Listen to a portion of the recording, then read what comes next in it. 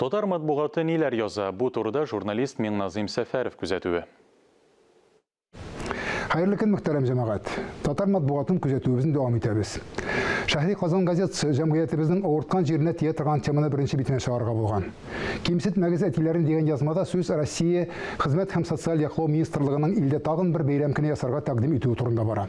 Баксаң күрсәң, дәүләт чиновниклар шул рәвешле ирләрнең абруен күтәрмәкчеләр икән. Янәсе ноябрьдә әниләр көнен билгеләп үтүебез белән без ирләрне икенче урынга калдырабыз. Ир кеше табигатьтән лидер. Ата кешегә акча эшләргә мөмкинлек бирегез. Тапкан акчаны гаиләгә кертергә мөхит тудырыгыз.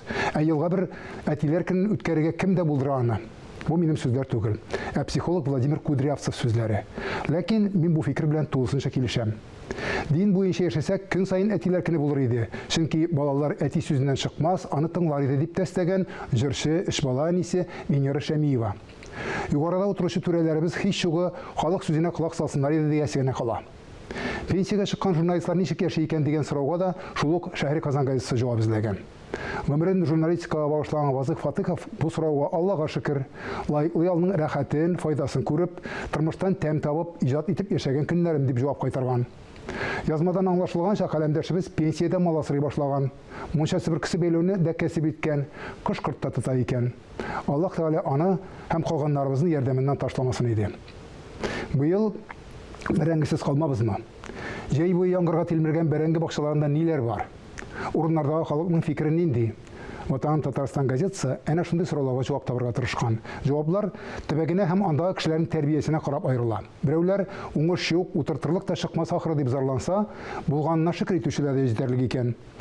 Бу турыда мин дә сеңлемнән сораган идем. Җавабы мондый булды. Бәрәңге ишелеп булган елны да без аннан әллә ни файда күрмәдек. Шалкан бәясен алып киттеләр.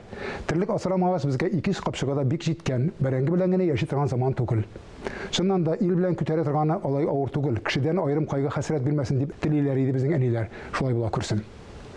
Бәрәңгенең азлыгына түзәргә була, әмма авылларда укытучылар җитмәүен ничек күтәрергә? Сез иң күркәм кеше икәнсез дип мәдхия җырлаган укытучыларны бүген татар авылына бары тик зур хезмәт хакы түләп һәм йортлы җирле итеп кенә җәлеп итеп була дигән нәтиҗәгә киләсең. Шул ук Ватан Татарстан газетасындагы проблемалы язманы укыганда. Һәр яктан да мәгълүматлы, ярдәмчел, тыйнак халык артисты, профессор, үз мәктәбен булдырган Миңгол Галиевка шушы көндәрдә 80 яшь тула икән. Аның газета журналисты белән эшкерсез әңгәмәсе күңелдә өмет чаткыларын тергезеп җибәрә. Яшәргә дәрт исти. Һәр кайсыбызга да Миңгол абый кебек кешеләргә кирәклегебезне тыеп яшәргә насыйп булса дигән теләктә бүгенгә сезнең белән сау булашам. Исәнлектә күрешик.